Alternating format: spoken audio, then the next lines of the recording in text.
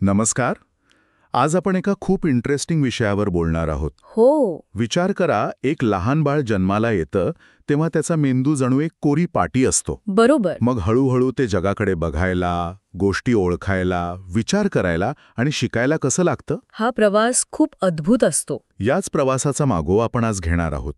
आपल्याकडे बालमानसशास्त्रावर आधारित काही स्रोत आहेत, ज्यात अनेक मानसशास्त्रज्ञांच्या संकल्पना आहेत. हो.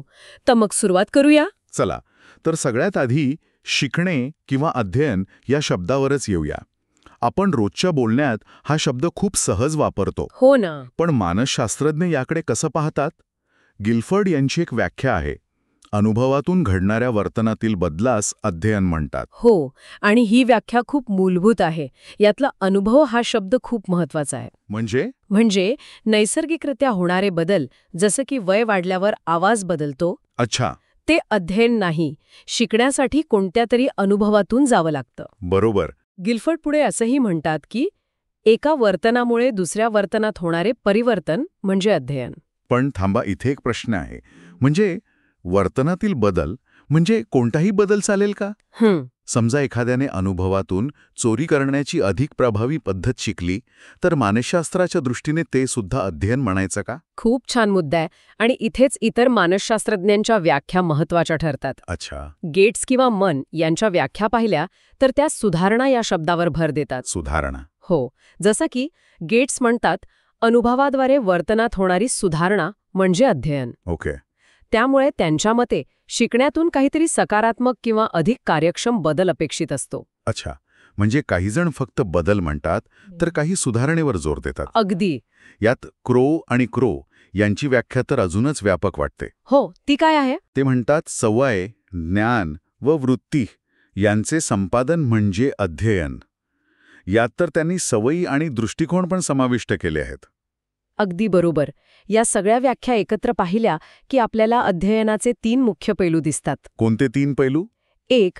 हा बदल अनुभवातून आणि प्रयत्नातून घडलेला असतो. 2. तो बऱ्यापैकी टिकाऊ असतो आणि त्यात एक प्रकारची सुधारणा अपेक्षित असते. आणि तिसरा? आणि 3. तो नैसर्गिक शारीरिक बदलांपेक्षा वेगळा असतो.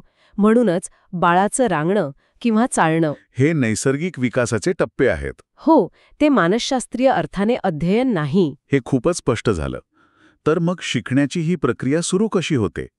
म्हणजे त्या कोऱ्या पाटीवर पहिली रेष कशी ओढली जाते? त्याची सुरुवात होते संवेदनापासून. सेन्सेशन. संवेदना? हो, ही सर्वात पहिली आणि प्राथमिक मानसिक प्रक्रिया आहे. म्हणजे आपल्या पंचेंद्रियांना बाहेरील जगातून मिळणारी कच्ची माहिती. जसं की डोळ्यांना काहीतरी रंगीत दिसणं, कानावर एक आवाज येणं किंवा त्वचेला काहीतरी स्पर्श होणं. बरोबर. या टप्प्यावर त्या माहितीला काही अर्थ नसतो, ती फक्त एक जाणीव असते. म्हणजे एका लहान बाळासाठी सुरुवातीला जग म्हणजे फक्त रंग, आवाज आणि स्पर्शांचा एक गोंधळ असतो. बरोबर? अगदी. मग या गोंधळाला अर्थ कसा प्राप्त होतो? तिथेच दुसरी पायरी येते, अवबोध, परसेप्शन. अवबोध. जेव्हा मेंदू या संवेदनांना पूर्वानुभवाच्या आधारे संघटित करतो आणि त्यांना अर्थ देतो, तेव्हा अवबोध होतो. एक उदाहरण द्याल का? नक्कीच. समजा एका लहान मुलाला एक 4 पायांचा भुंकणारा प्राणी दिसला. ही झाली संवेदना. ठीक आहे. पण जेव्हा आई म्हणते, बघ कुत्रा, तेव्हा त्या आवाजाचा आणि त्या प्रतिमेचा संबंध जुळतो. पुढच्या वेळी तसा प्राणी दिसल्यावर हा कुत्रा आहे हे समजणं म्हणजे अवबोध. वाह. म्हणजे थोडक्यात अवबोध बरोबर संवेदना प्लस अर्थ. परफेक्ट. आणि मग संबोध म्हणजे काय? कॉन्सेप्ट तो यापेक्षा कसा वेगळा आहे? उत्तम प्रश्न. जेव्हा अनेक अवबोध एकत्र येतात तेव्हा त्यातून एक सामान्य कल्पना किंवा संबोध तयार होतो. म्हणजे असं की ते मूल आधी एक लॅब्राडॉर कुत्रा पाहतं, मग एक लहान पामेरियन पाहतं आणि नंतर एक मोठा जर्मन शेफर्ड. हे सगळे दिसायला तर वेगळे आहेत. हो, पण त्यांच्यात काहीतरी साम्य आहे हे त्याच्या लक्षात येतं. यातून कुत्रा म्हणजे काय याची एक व्यापक संकल्पना त्याच्या मनात तयार होते. हीच संकल्पना म्हणजे संबोध. आणि मग ते मूल डोळे मिटून सुद्धा कुत्र्याचा विचार करू शकतं? त्याला काय म्हणतात? त्याला म्हणतात प्रतिमा, इमेज. अच्छा. जेव्हा ती वस्तू किंवा व्यक्ती समोर नसतानाही आपण तिचं मानसिक चित्र डोळ्यासमोर आणू शकतो, ती म्हणजे प्रतिमा. जसं की पाहिलेल्या सिनेमातला एखादा सीन आठवणं. वा, ह्या चारही प्रक्रिया मिळून आपल्याला जगाचं ज्ञान मिळवण्याचा पाया रचतात. ठीक आहे. म्हणजे संवेदना आणि अवबोध यातून आपल्याला बाहेरील जगाची माहिती मिळाली. हो. मेंदूने संबोध आणि प्रतिमांच्या स्वरूपात ती साठवली. पण मेंदू या माहितीचं पुढे काय करतो? इथेच विचार प्रक्रिया सुरू होते का? अगदी बरोबर. विचार ही एक उच्चस्तरीय मानसिक प्रक्रिया आहे. आपल्या स्रोतांमधील व्याख्या पाहिल्या तर जेम्स रॉस म्हणतात की अनुभवाची ज्ञानात्मक बाजू. ज्ञानात्मक बाजू.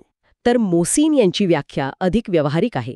ते म्हणतात समस्येचे विश्लेषण करून ती सोडवण्यासाठी आराखडा तयार करणे म्हणजे विचार. म्हणजे विचार करण्याचे दोन प्रकार झाले. एक म्हणजे फक्त माहितीवर प्रक्रिया करणे. बरोबर. आणि दुसरा म्हणजे त्या माहितीचा उपयोग करून एखादी समस्या सोडवणे. हो. आणि ह्याच विचार प्रक्रियेसाठी सर्वात महत्वाचा आधार लागतो तो म्हणजे स्मरण, मेमरी. स्मृती. हो, कारण जुने अनुभव आठवल्याशिवाय आपण नवीन समस्या कशी सोडवणार की नाही? आणि स्मृतीची प्रक्रिया वाटते तितकी सोपी नाही, बरोबर. स्रोतांमध्ये त्याचे 4 महत्वाचे टप्पे दिले आहेत. हो, आणि त्यांचा क्रम खूप महत्वाचा आहे. ही एक साखळी आहे. अच्छा. पहिली पायरी आहे ग्रहण, एन्कोडिंग, म्हणजे एखादा अनुभव किंवा माहिती मेंदूत नोंदवली जाणे. ठीक आहे. दुसरी आहे संग्रहण, स्टोरेज, म्हणजे ती माहिती मेंदूत व्यवस्थित साठवण ठेवणे. आणि तिसरी आणि सगळ्यात महत्वाची पायरी आहे प्रत्यानयन, रिट्रीव्हल, म्हणजे गरज पडल्यावर ती साठवलेली माहिती परत बाहेर काढणे. म्हणजे आठवणे. अगदी. आणि चौथी पायरी आहे ओळखणे, रेकग्निशन, म्हणजे आठवलेली माहिती तीच आहे जिचा आपण शोध घेत होतो हे ओळखणे. याचं एखादं उदाहरण? समजा परीक्षेमध्ये एखादा प्रश्न आठवतोय पण तो नक्की कोणत्या धड्यातला आहे हे ओळखता येत नाही. हो, असं होतं कधी कधी. याचा अर्थ रिट्रीव्हल झालंय पण रेकग्निशन नीट होत नाहीये.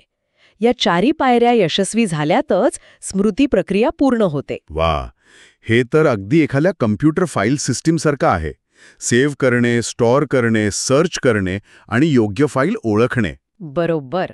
आता ह्याच सगळ्या क्षमतांना मिळून आपण बुद्धिमत्ता म्हणतो का? अगदी. इंटेलिजन्स. कारण बुद्धिमत्तेच्या सुद्धा अनेक वेगळ्या व्याख्या दिसतात. अगदी. आणि इथेच मानसशास्त्रज्ञांमध्ये खूप मतभेद आहेत. अल्फ्रेड बिने यांनी बुद्धीला समस्या सोडवण्याच्या क्षमतेशी जोडलं. म्हणजे? त्यांच्या मते निर्णय शक्ती आणि परिस्थितीशी जुळवून घेण्याची क्षमता म्हणजे बुद्धी. पण टर्मन यांची व्याख्या थोडी वेगळी आहे. ते अमूर्त पातळीवर विचार करण्याच्या क्षमतेवर भर देतात. बरोबर. म्हणजे टर्मन यांच्या व्याख्येनुसार एखाद्या गणितज्ञ किंवा तत्वज्ञ जो अमूर्त संकल्पना सहज हाताळतो तो खूप बुद्धिमान ठरेल. आणि वेशलर? याउलट वेशलर यांची व्याख्या पुन्हा व्यवहारात्मकतेकडे झुकते.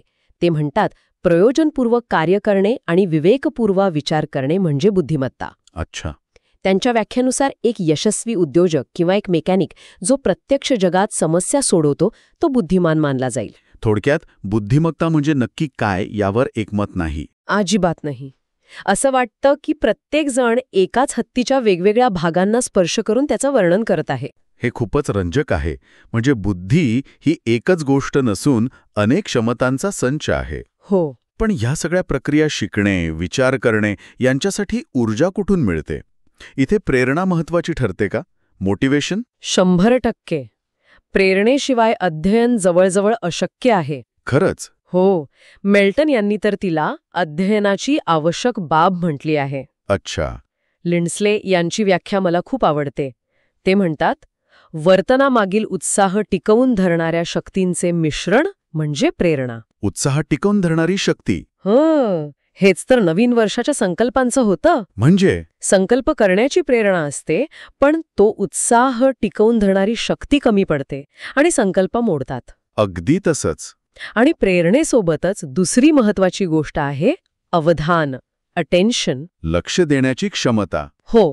आपण कितीही प्रेरित असलो पण जर लक्षच लागत नसेल तर शिकणार कसं? याचे काही प्रकार पण आहेत का? कारण कधी आपोआप लक्ष जातं. हो. तर कधी मुद्दाम लावावं लागतं. बरोबर. स्रोतांनुसार याचे 3 मुख्य प्रकार आहेत. पहिला अनैच्छिक, म्हणजे इच्छा नसताना आपोआप लक्ष वेधले जाणे. जसं की रस्त्यात मोठा आवाज झाला तर आपलं लक्ष तिकडे जातच. दुसरा आहे ऐच्छिक, म्हणजे जाणीवपूर्वक प्रयत्न करून लक्ष देणे. विद्यार्थी परीक्षेसाठी अभ्यास करताना करतात तसं. हो. आणि तिसरं आहे अभ्यस्त, म्हणजे सवयीमुळे किंवा आवडीमुळे सहजपणे लक्ष लागणे. जसं की क्रिकेटच्या चाहत्याचं लक्ष टीव्हीवर सुरू असलेल्या मॅचकडे सहज जातं. आणि आता शेवटची पण मला सर्वात रंजक वाटलेली संकल्पना अध्ययन संक्रमण. Transfer of learning. हो, म्हणजे एका ठिकाणी शिकलेलं ज्ञान दुसऱ्या ठिकाणी कामी येणं. हो, आणि हे आपल्या रोजच्या जीवनात सतत घडत असतं. याचे 3 प्रकार आहेत. ओके. पहिला आणि सर्वात सामान्य म्हणजे धनसंक्रमण, पॉझिटिव्ह ट्रान्सफर. म्हणजे आधी शिकलेलं ज्ञान नवीन काहीतरी शिकायला मदत करतं. उदाहरणार्थ ज्याला सायकल चालवता येते त्याला स्कूटर शिकायला सोपं जातं. याचं एक उत्तम उदाहरण मला आठवतंय. सांगा ना. ज्यांना भारतात उजव्या हाताने गाडी चालवण्याची सवय आहे त्यांना अमेरिकेत किंवा युरोपमध्ये डाव्या हाताने गाडी चालवताना सुरुवातीला खूप त्रास होतो. बरोबर. जुनी सवय नवीन गोष्ट शिकण्यात अडथळा आणते. अगदी अचूक. यालाच ऋण संक्रमण म्हणतात, निगेटिव्ह ट्रान्सफर. अच्छा. जेव्हा पूर्वीचं ज्ञान नवीन शिकण्यात अडथळा निर्माण करते.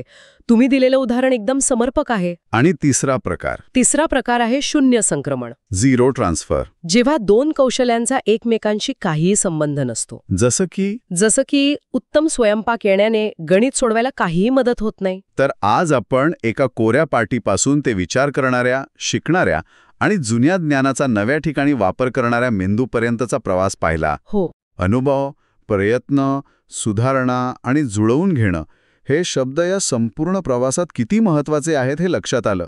हो, आणि या सगळ्या चर्चेतून एक विचार मनात येतो. कोणता?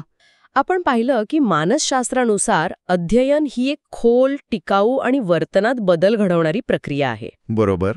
मग आजच्या या स्मार्टफोनच्या युगात जिथे आपण सतत माहितीच्या महापुरात असतो, Instagram reels, WhatsApp forwards, breaking news, आपण जे सतत ग्रहण करत असतो ते खऱ्या अर्थाने अध्ययन असतं की केवळ क्षणिक माहिती? आपण खरोखर किती शिकतो आणि किती फक्त पाहतो?